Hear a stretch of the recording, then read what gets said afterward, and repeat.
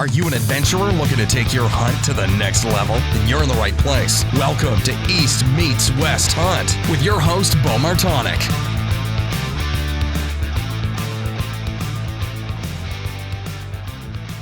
Hey everyone, welcome back to another episode of the East Meets West Hunt podcast presented by Spartan Forge. On today's episode, I am joined once again by Zach Ferenbaugh of The Hunting Public. So this is part two from the episode that I dropped earlier this week, and Zach's style of ground hunting whitetails is very unique and extremely effective. So on this part of the discussion, we discuss buck scraping cadences, just buck behavior in general, condition-based hunt planning, which I think this section is really important, and then sleeping in versus getting into the tree before first light, setting up for wind shifts, and much more. Next week, I will not have a Mountain Buck Monday episode or segment in here, as I'll be gone in Alberta. I won't be able to most likely upload any of the photos or anything there, so we'll have a break on Mountain Buck Monday for next week. But as we're getting into it here, the rut's definitely kicking off, even with the warmer temps and everything. And this is the time I'm recording this. This is Tuesday. I took the morning off of hunting. Was pouring down rain here, but mostly because I needed to find time this week to catch up on stuff and get some podcasts edited and out for the next couple of weeks as I'm traveling and doing some other hunting. But yeah, here in Pennsylvania, it's definitely kicking off. Saw some rutting activity last night. Yesterday, like 12:30, had a buck cruising through, and then at 4:30, a bunch of chasing going on. I was just on the wrong spot of the laurel edge where they came out of. They were only about 45 yards from me, but it was so thick that I wasn't able to get a good view of them there. But one buck came out chasing the does, another one came, started making a scrape, and then headed in their direction. But just time spent in the woods at this point. So hope everyone's having some good luck. If you haven't already, check out the new Deer Camp collection of apparel at eastmeetswesthunt.com. Got the blaze orange beanies and hats that are up there, the Mountain Buck series ones of those.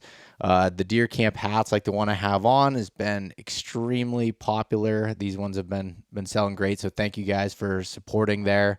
Hoodies, shirts, a whole bunch of other stuff available there. So they will be shipping even when I'm out.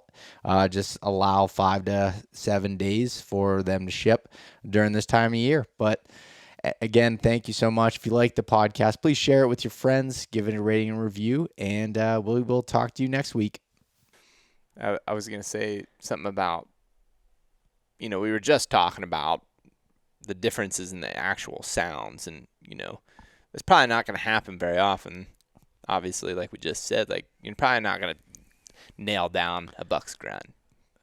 Just probably not going to hear it enough. But what you can do is take deer tendencies and deer habits and like really visualize that and get good at knowing like what bucks do in general. Like again, watching footage and just knowing exactly how they move their head. Like something that always stands out to me when I'm when I'm watching a buck, and what I try to do when I'm calling is how bucks make scrapes. Like they do it in a very, very specific sounding way. And I think they do it not only to leave their scent, but if they can let somebody know that they're here doing this, they're going to make a racket about it. I mean, I'm sure you've seen and heard that. Oh yeah. All of a sudden, it's like he comes off the ridge. Like I remember this one when I was younger. This big old buck, just big old one side, and just had straight up just 3 points on his other side. And he comes off the ridge right at last light, and he lets out a grunt. When he left his bed, I remember him grunting. But it was like one of these deals, like even back then, it just was super obvious what was happening. Like prime time lighting. All of a sudden, there's a deer walking that was not walking right there. And like as soon as he starts walking, he grunts. He walks down the ridge a little bit, but when he does, it's just psh, psh, psh, psh, psh, just constant, consistent walking. Then he stops. And then it's just like, whoosh, whoosh, whoosh, whoosh, whoosh, whoosh, and he's just pawing the leaves back, but it's like there's a cadence to how they do that. Maybe some 100%. do it a little bit faster, but for the most part, it's like 1, 2, 3, and then they switch and they do it with the other one. And it's like, if you just watch that and listen to that, I mean, hell, just watch a YouTube video of it is like, you don't even have to wait for the experience in real life. It's like, you can just watch that and just get reps sitting at home before you go to sleep, whatever. You just get a bunch of reps doing that. And then on top of that, then how they work their antlers in a licking branch seems extremely consistent to me.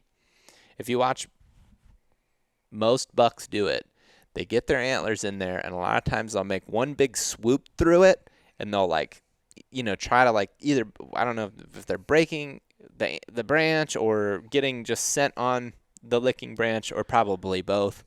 But a lot of times a big mature buck will really rip through it once, and then he stops and he listens. He always is going to stop and give it a break. And I seriously think that they're just listening, because they're obviously creating havoc in the woods. They just pounded the ground, and they're trying to be heard. It's the same thing like the buck that I just talked about that did the grunting and then plowing through everything. He's not trying to be stealthy in that moment. Same thing with bull elk do it all the time, where they just make tons of noise, where they're just plowing stuff, and they're obviously bugling. But since deer don't bugle, they do different stuff.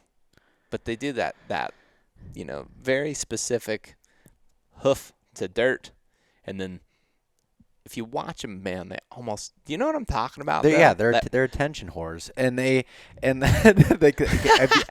so it's funny because that's why I know you don't run trail cameras, but when I run them on video now, dude, and I'm sitting here asking you, and it's just you've probably seen it way more than I have, even because of cameras on screens. Yeah, and I put them on video now, and it's just they have I've had one. My favorite video is a freaking giant, I don't know, 14 or 15 point buck that disappeared on me. But anyways, just he starts, a 15-pointer? He starts doing it, and literally the dirt's hitting my camera, it's being thrown that far, and it was in the snow right after snow, and he's just tearing it up, and so it's funny. Last year, after seeing this video, the video is from 2020, and I was like, all right, during hunting season when I'm freshening up my scrapes that I'm going around, I'm going to try to do it with this cadence that they have. And I remember my tag was filled, but I was going out and I was moving cameras to learn for the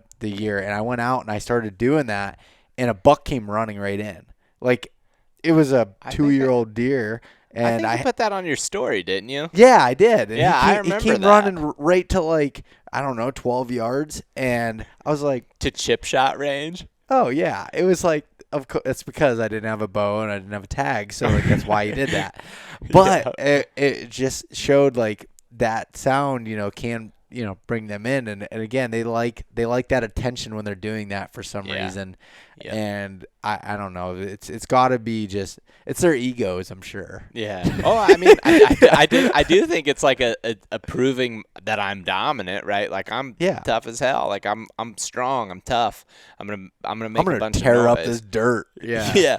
And I'm gonna just I always think how hilarious it is to that buck that I keep talking about that we didn't get the shot at, that did the long grunt.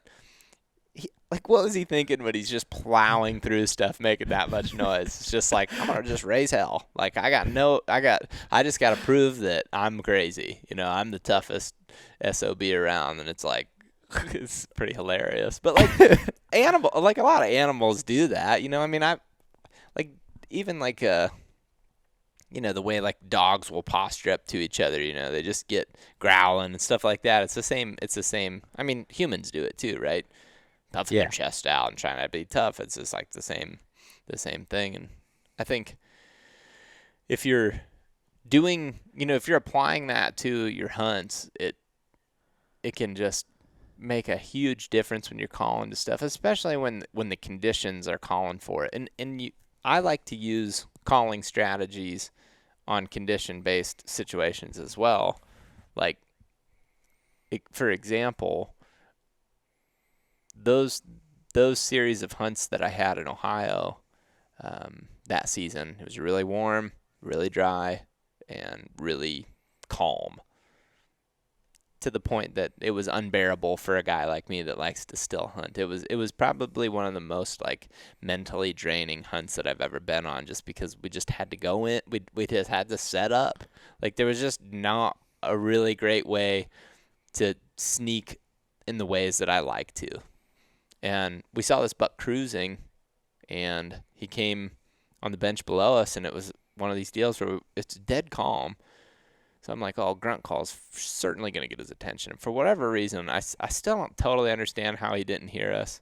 And based off the way he reacted to the rattle, I don't think that he was ignoring us, but he was not that far below us. And it was just, like I said, dead calm. But, maybe with the terrain and just open air that was around us in general, maybe it just wasn't getting down there. I don't totally I remember understand watching that video. I remember this hunt as you're talking about, that buck coming down, it didn't seem like he was that far away from you. No, I mean, 80 tops, like he might have even been like, 60, like but somewhere in that range is what I would guess, if from my memory of it.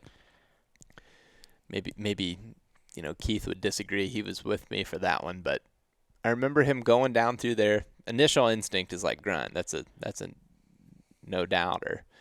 And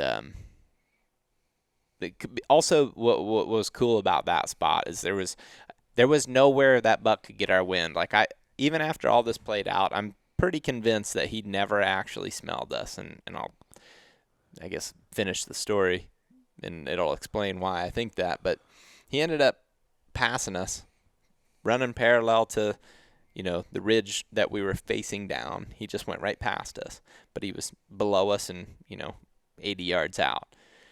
And it was one of these deals where typically I would just chase him or follow him and just use whatever condition you're dealt with that day to your advantage, whatever you can. But we didn't have any conditions in our advantage that day.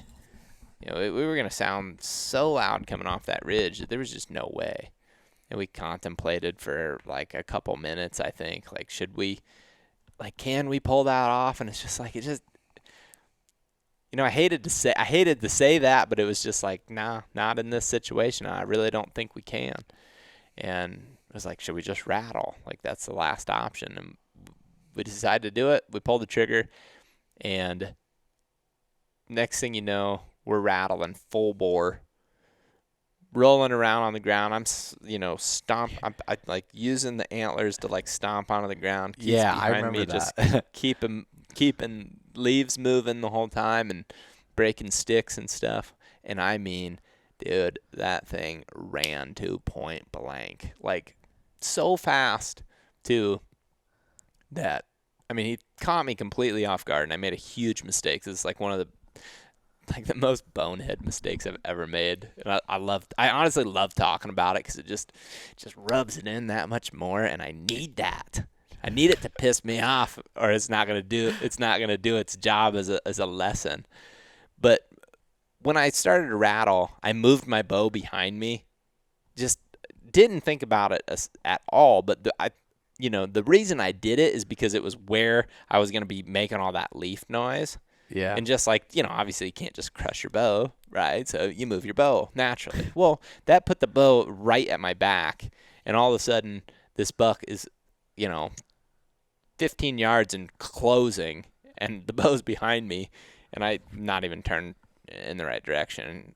I think I got turned, but I don't know that I much more than grabbed my bow, and he was at 6 yards broadside.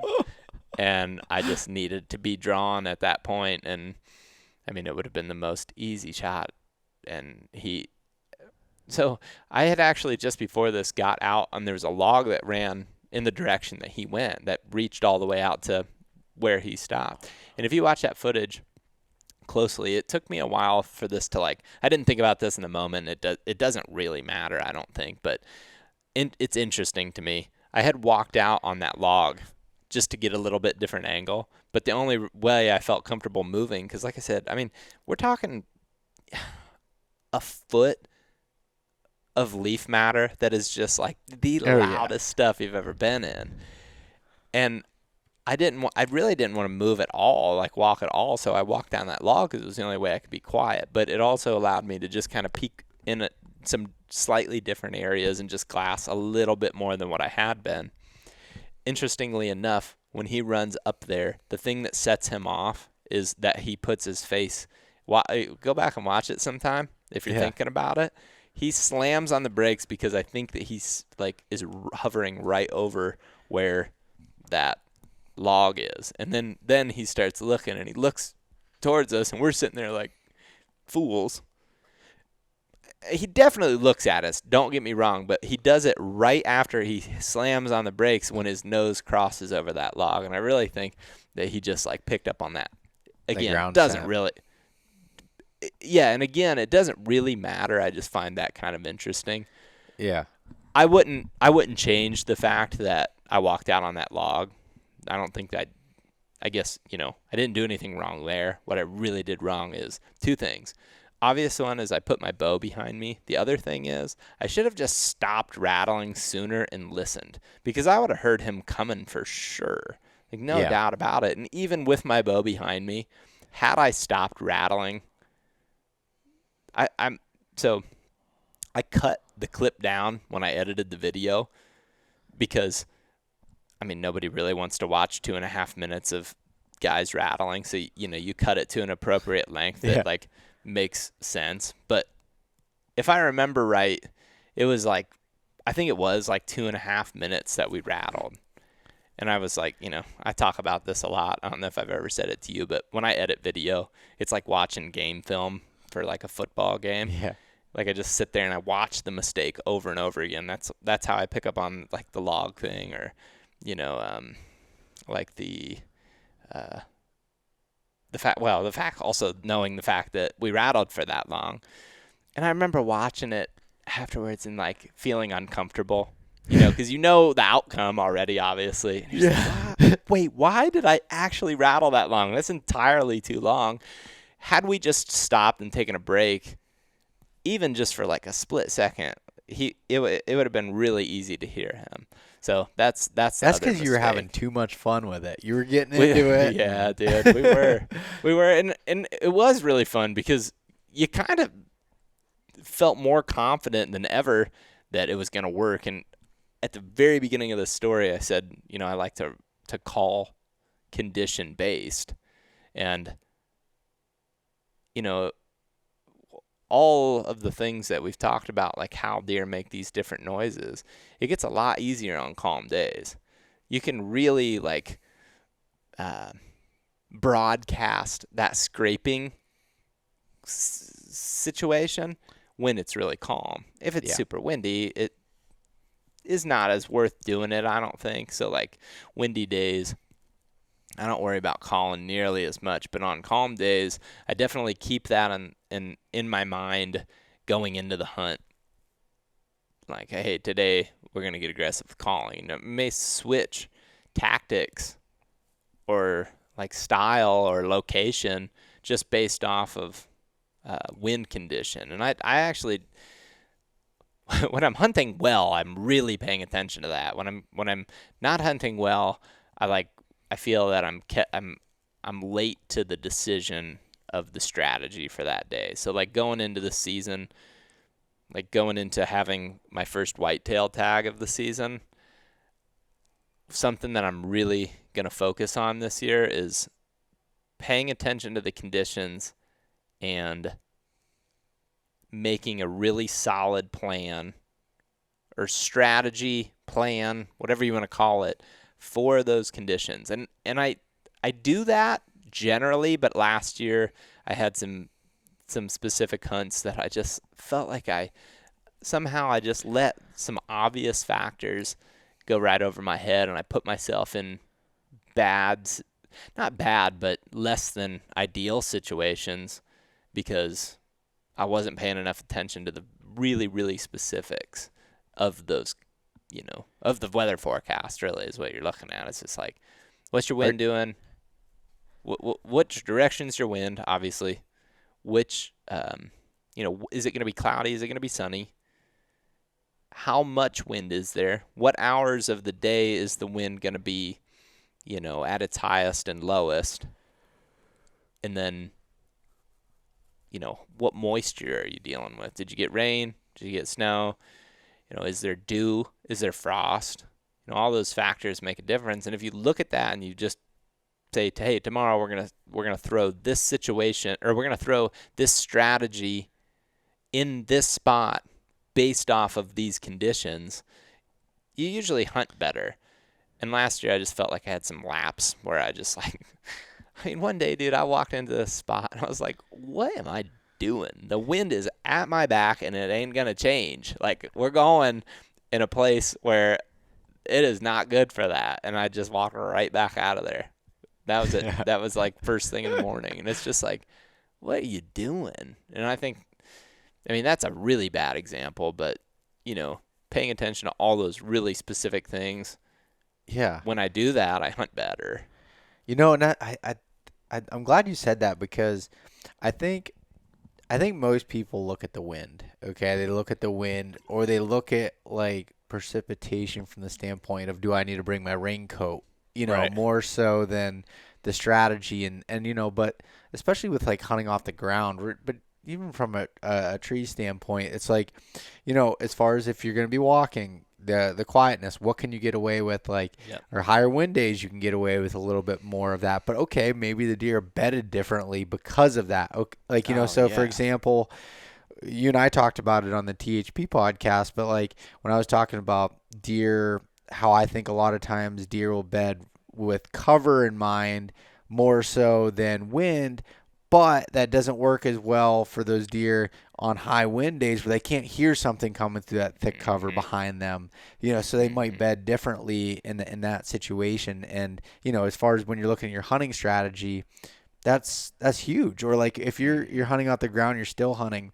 Okay, there's a day that's calm and you're in hill country. Well, you're gonna have to pay attention to thermals a little more than you probably are the actual wind direction. But if it's really windy, yeah.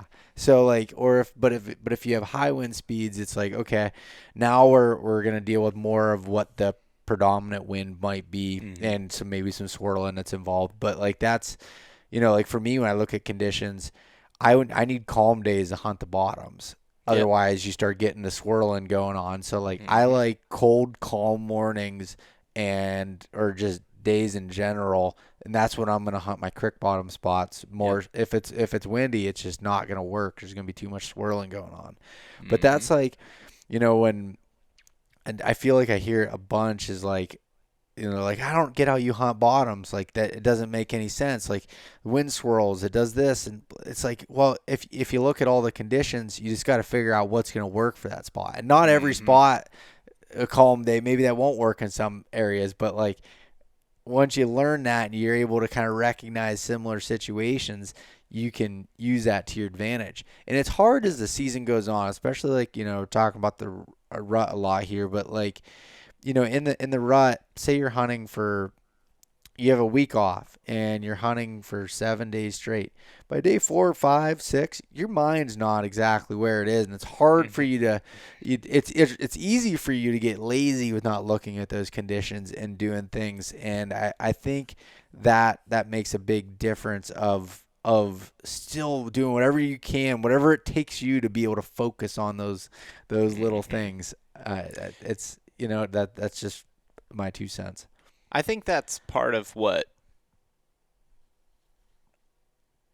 I fell into the trap. Why I fell into that trap is, while I had not bow hunted for a while up to that point last year when I made that bonehead mistake, and then continued to just like do it for a couple days. Like I was hunting with Roy, and like I bet you he would have some funny memories of me just being like, what the hell are we doing? And being frustrated and stressed out and flustered because like I felt like I was late to that decision.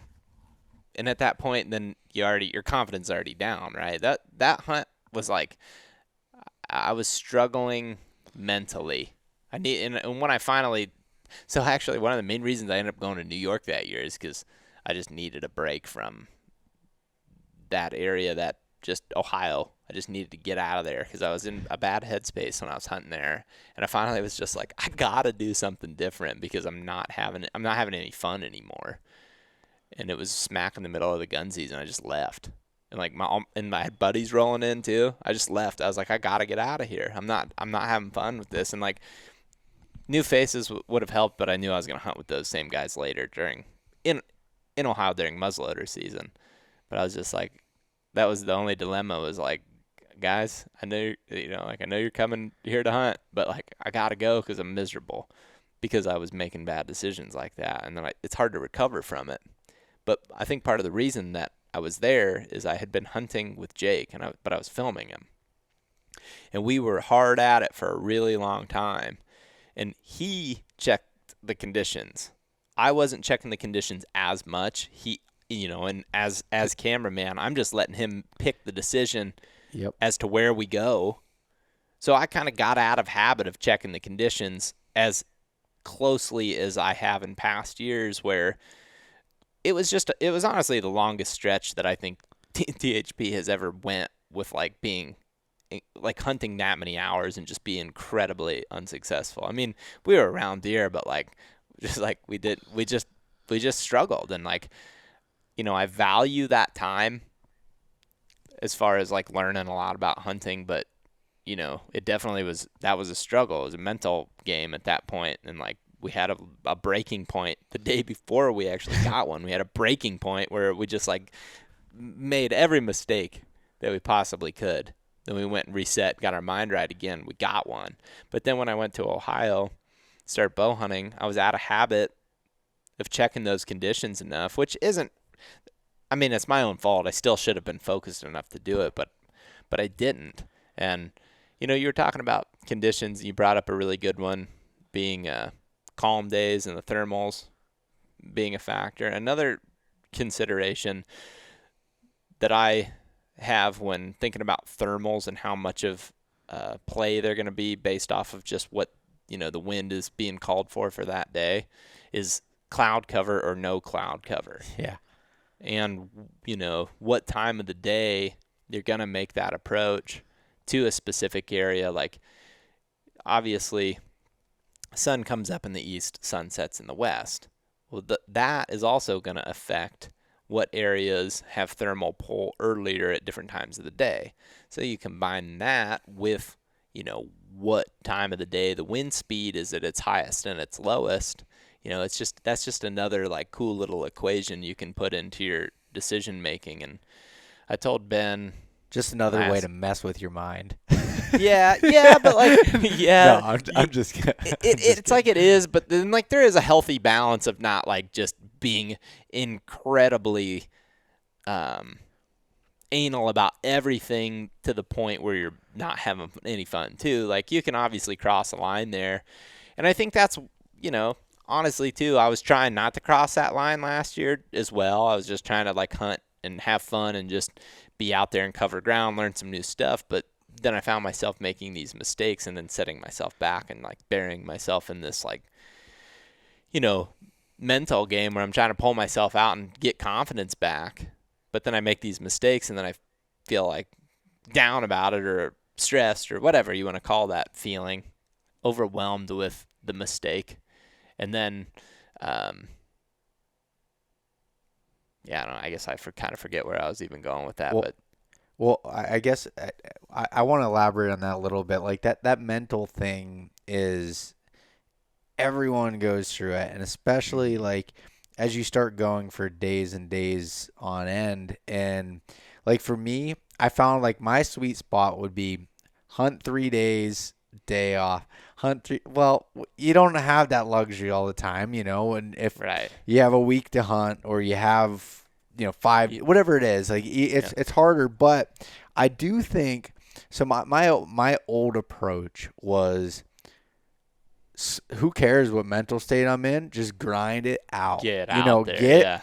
I need to be in that tree dark to dark every single dang day until I hit death. And but the thing was, I wasn't mentally there on some of those days. And it's like I've screwed up opportunities where I'm just zoned out and the buck's right there and I can't do anything about it. And, I can go countless examples of that.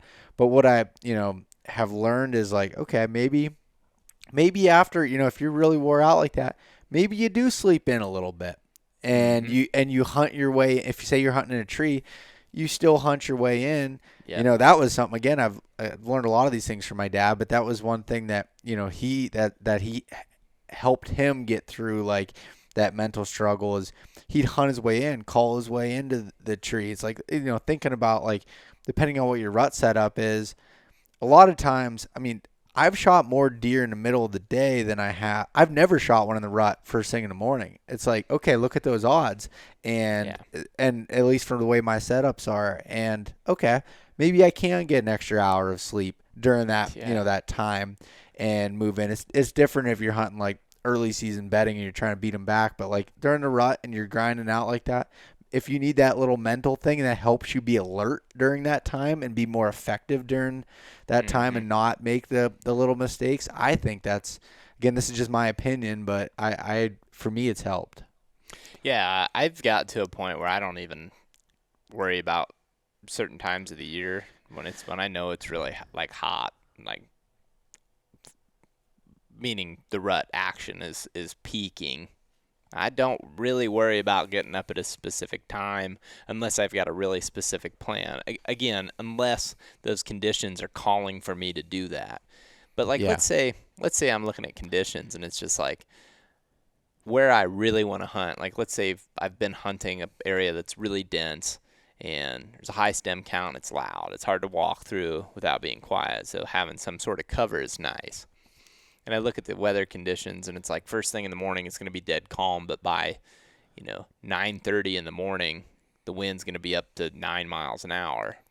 Well, that we can really work with. But at first light, trying to get it there in the dark and trying to tiptoe your way in when there might be deer around, you may be doing more harm than good. But in that situation, especially, again, when you get later in the season and deer movement just starts to continue to work in your favor, they're just doing more of it. It's just like, what are you out really if you just slide in there even at 9:30, Mess around, go eat some breakfast, like sleep till 7:38 and go eat some breakfast and roll up to the spot at 9 o'clock. Like, is it that big of a deal? And like, also I do that a lot during gun season as well, kind of for like people coming out to do what I just did. I'm going in to catch that movement that they're pushing around coming out. You're gonna find similar things in like Pennsylvania as you would at Ohio, like during gun season, right? Like there's a big wave of people that go out. Like there's a lot of people out there. And there wasn't as many during bow season, but now there's tons of people, and you can let that bother you to the point that you don't go, or you could use it to your advantage, with that little strategy of just taking the morning off. Honestly, I don't like getting up that early. Like, I don't want to get up at 4:30 in the morning. I just don't. Like, I used to do that all the time, but I don't want to anymore. So I just I'm not going to. So I stopped, and I feel way better, and I feel not just. I honestly don't even just feel mentally better, but I also feel physically better. When you physically feel like, if you were to walk into, a basketball court and you're going to play a pickup basketball game, you'd want to feel physically sharp, right? You'd want to feel stretched out, loose, not achy, tired, just fatigued in general. Why wouldn't you want to do the same thing with hunting?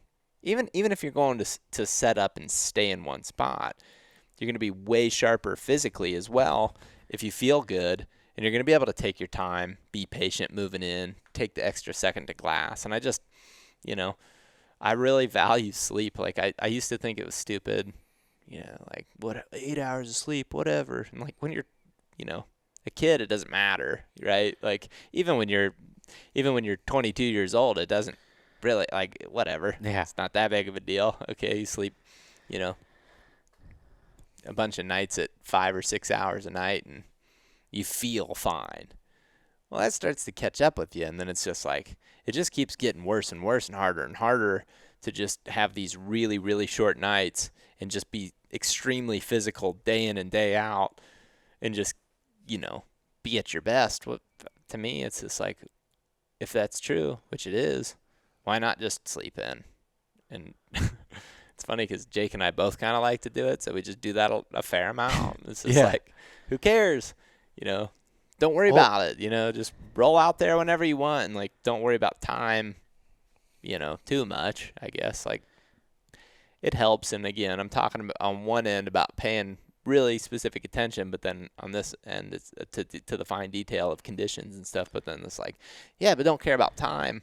I mean, yeah, you have to balance that, but still, it's just. But it does play in with conditions too, especially during the rut. The way I look at when I'm trying to catch, most of my spots are either around doe bedding or transition points, and what I've found is those bucks are waiting for those does to bed down. And if you've ever been in a spot where you're watching does go back to bed, I remember there's one spot I was setting up on a specific doe group, which I don't do that often, but I was set up on a specific doe group, and those does were coming back kind of relatively late in the morning to go back to bed. And they'd come funneling through out of this cut, and they'd go lay on this little thick crap and briar bushes in the corner there.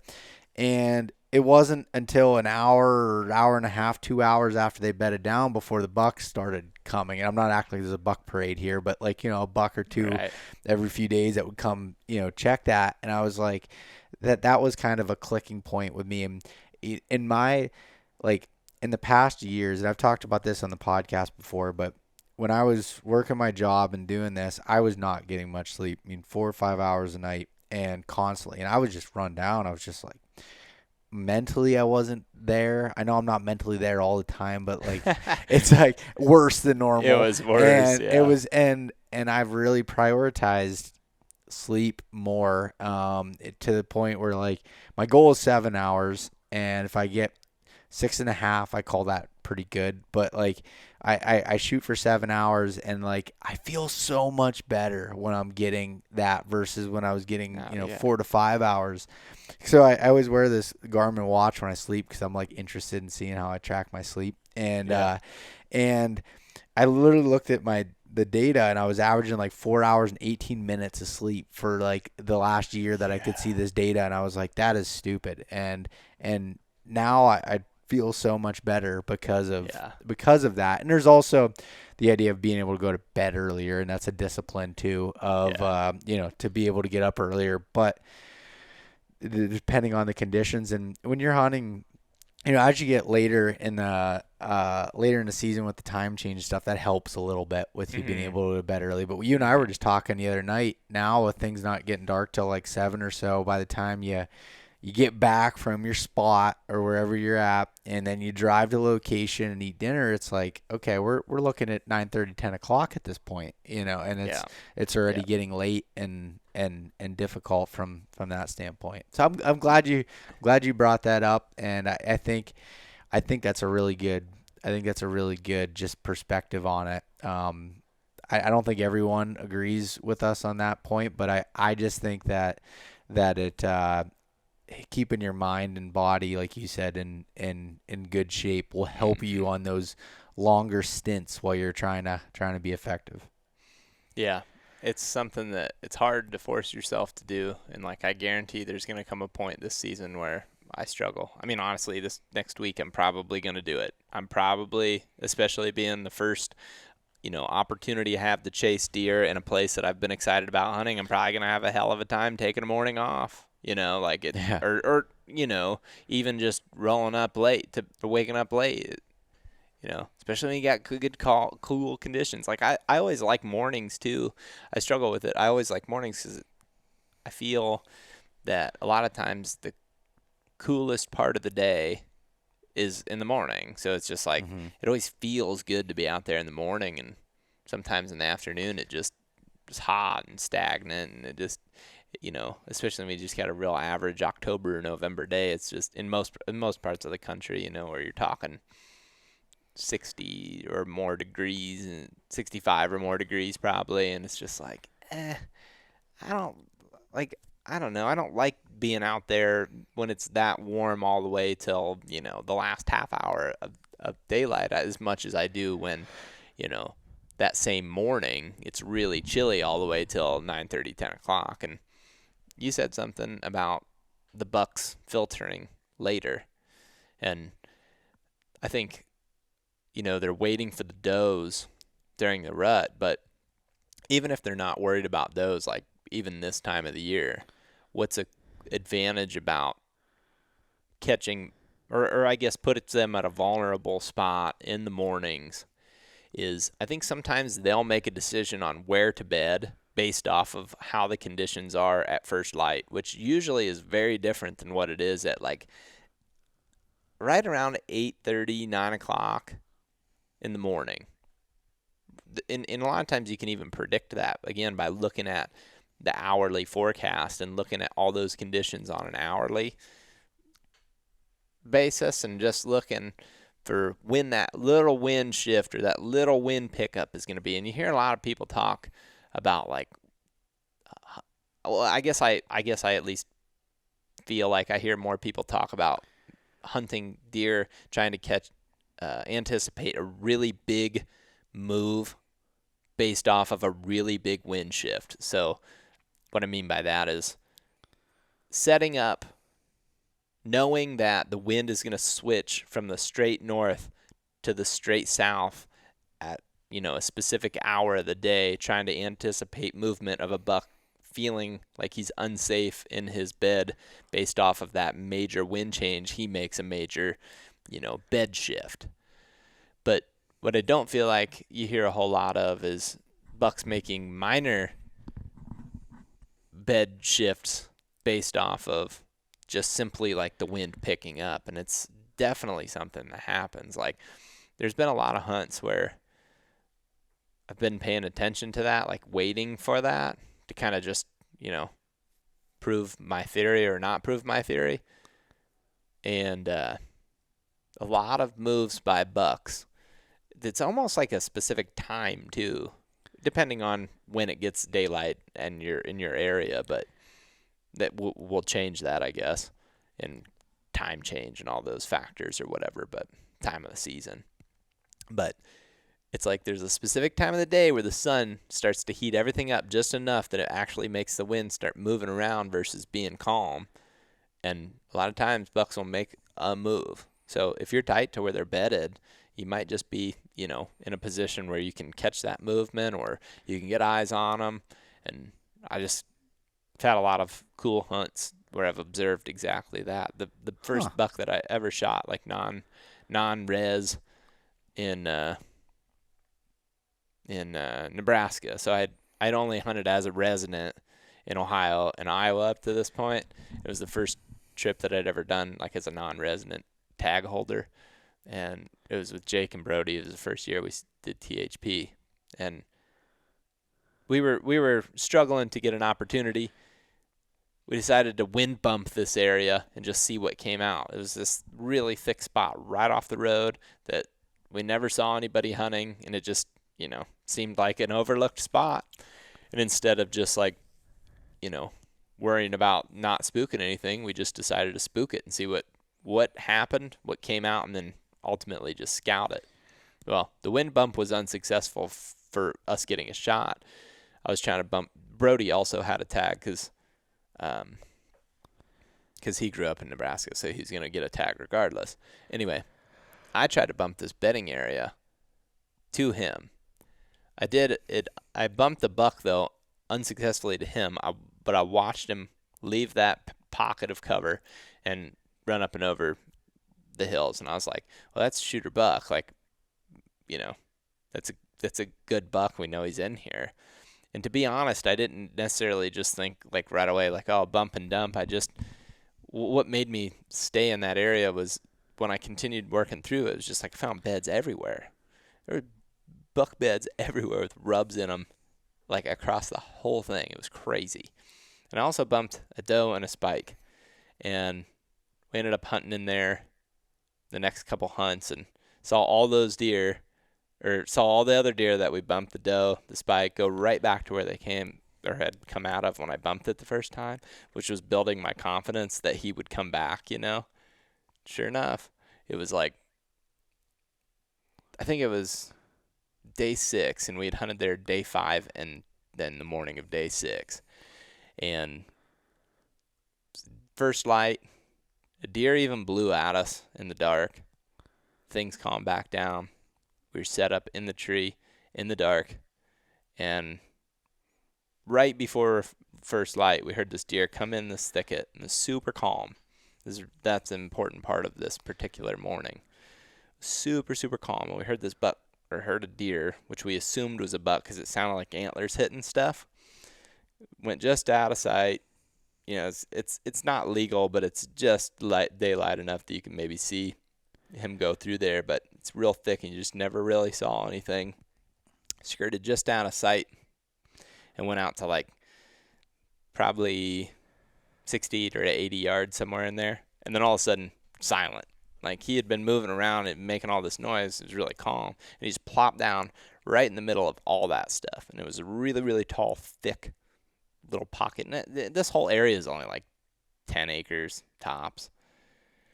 And he just plopped right in the middle of it, but dead calm. And my belief, and well, you know, Jake and Brody and I, after breaking the hunt down after the fact, it's just like, it would make sense for him to bed there on those conditions because you couldn't get to him without just like blowing up the world. Like he'd make so much noise. If you were going to go straight at him and like try to just shoot him in his bed, it would be almost impossible with those conditions in that type of cover to get to him. So it made sense.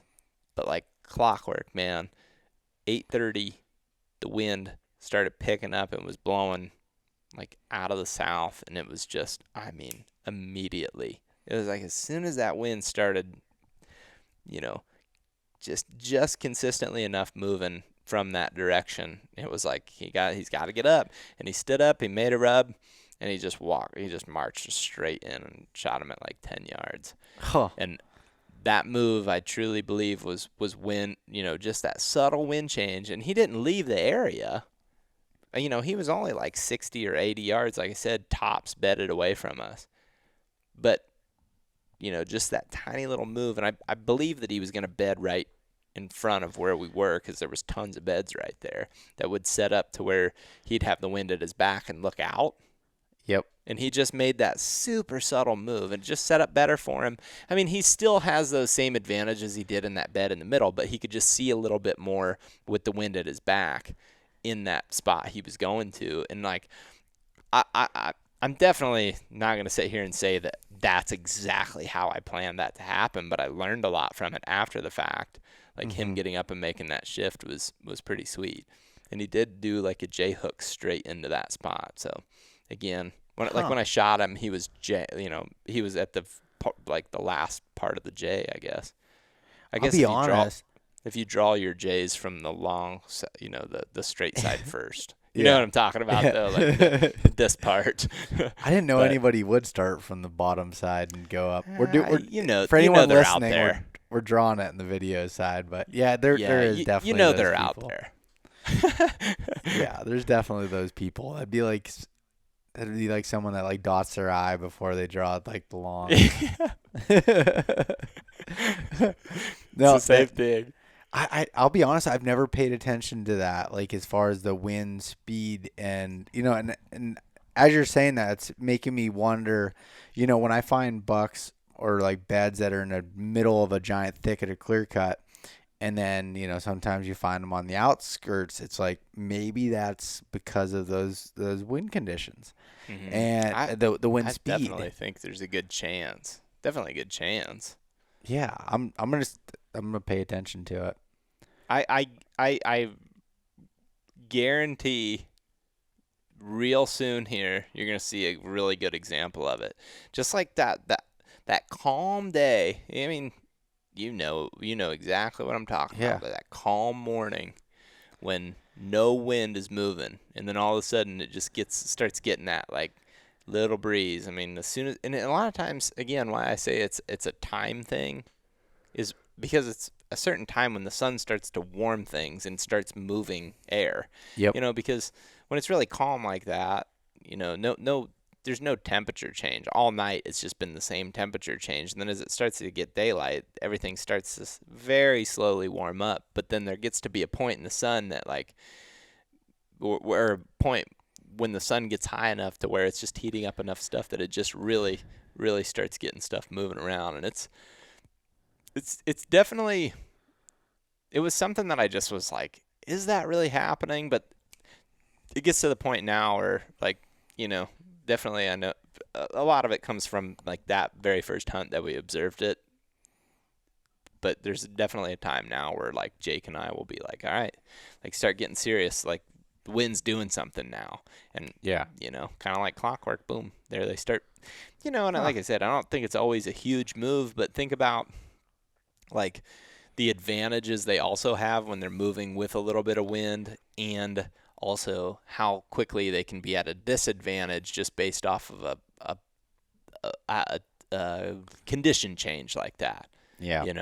Like where all of a sudden they're in the thick stuff and it's super windy, where it wasn't when they first laid down there 3 hours ago. It's just like, well, I better get out of here. It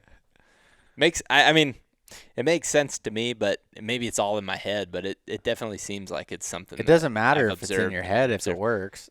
That's true. That's true. No, that makes total sense.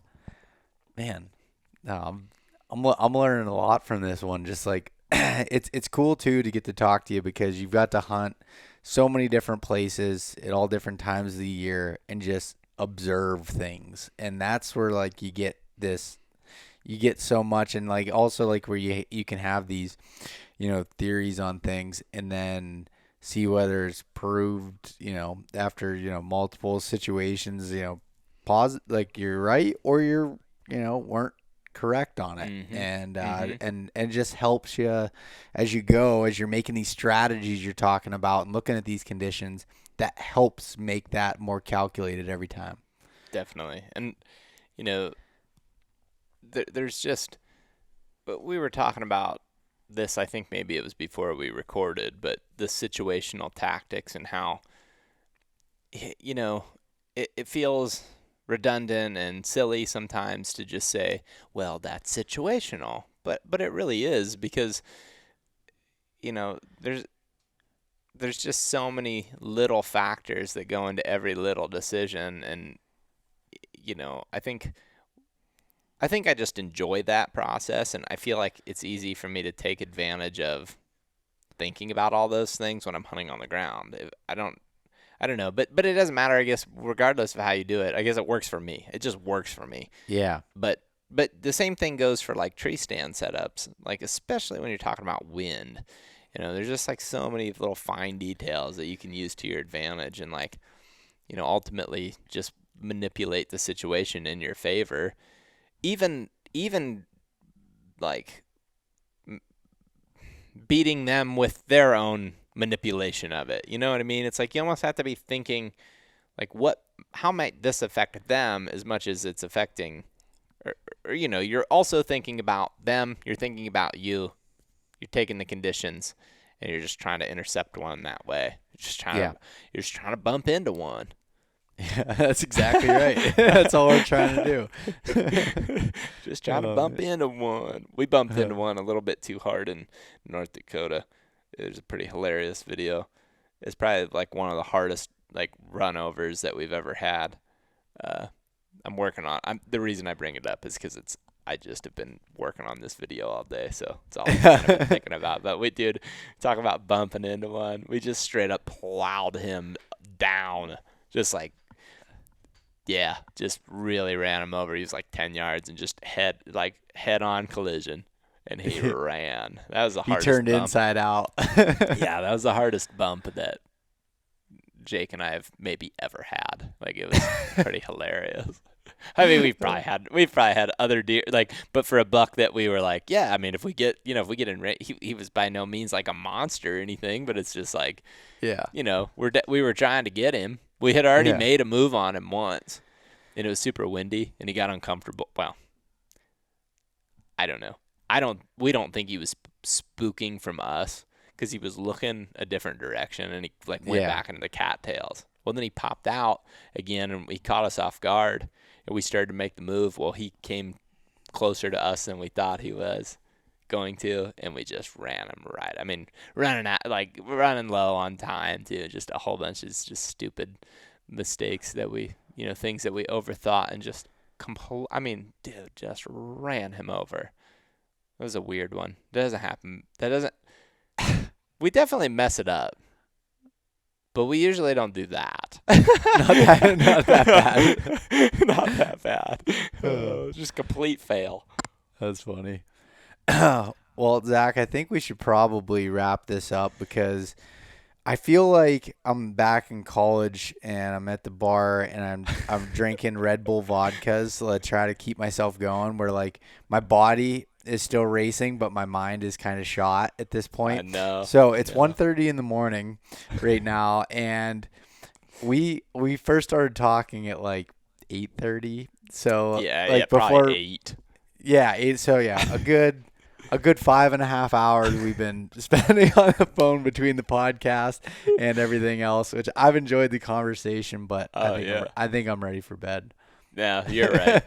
It's time. I've been doing the bad thing too for me is I've been doing this the last couple nights, staying up talking because I got these new friends here that let me stay at their place, and I'm just like having a good time talking. So then I just do it for entirely too long. But yeah, I still haven't really ate enough food for the day, so I'm probably eat something, hit the hay. That sounds good. So Zach, I'll run through a few things and then you can give other spots, but check out the Hunting Public on YouTube. If you're obviously, haven't heard of them or living under a rock, check them out there. Any of the social media platforms, where else can people find you and the Hunting Public app? Podcast. The podcast, obviously. We also have a podcast, which just did one with Beau, and it was awesome. And then what else was I going to say? Oh, we also have a website, thehuntingpublic.com. From there, you could probably find pretty much everything that we do. But, yeah, if you Google The Hunting Public, you'll probably find the website and YouTube videos, and that's probably the coolest things. Yeah, the podcast. The podcast is cool, too. That's where you're going to get the most content. That's your baby. Yeah. Yeah, it's crazy. I've been doing that for a long time now. It's kind of crazy how many, to watch the episode number just climb slowly. It's pretty fun to watch that. It's 226, I think, is the one we just did. So it's like really, yeah. I didn't even realize that. I guess I saw it because you released that one with me there, but I didn't realize it was that many already. That's crazy. Yeah, I guess crazy. You started it not long after I did. Yeah. And at first, when we first started doing it, we didn't really have a schedule or a plan. We just were kind of recording these podcasts and throwing them up, and then we realized that there's probably an opportunity to, stay more consistent on it. Mm-hmm. And it was kind of what I was assigned, and I was just let's see what happens. And it's just crazy as time goes on. You just chip away at that number. Next thing you know, 226. It's pretty crazy. That is crazy. Yeah, well, check all those things out. Yeah, like Zach said, you type in the Hunting Public anywhere, you'll find all the good stuff there. So thank you again for coming on, man. I appreciate it, especially during the middle of hunting season. I do appreciate it. Absolutely, dude. I mean, anytime. I love talking deer hunting with you, and I had a blast. And thanks for having me. It was awesome. Yeah, sweet, man. Thanks so much for listening to this episode of East Meets West Hunt with your host, Beau Martonik. For more great content and to stay up to date, visit eastmeetswesthunt.com, Facebook at East Meets West Outdoors, and Instagram at East Meets West Hunt. If you enjoyed today's episode, please review and subscribe, and we'll catch you next time.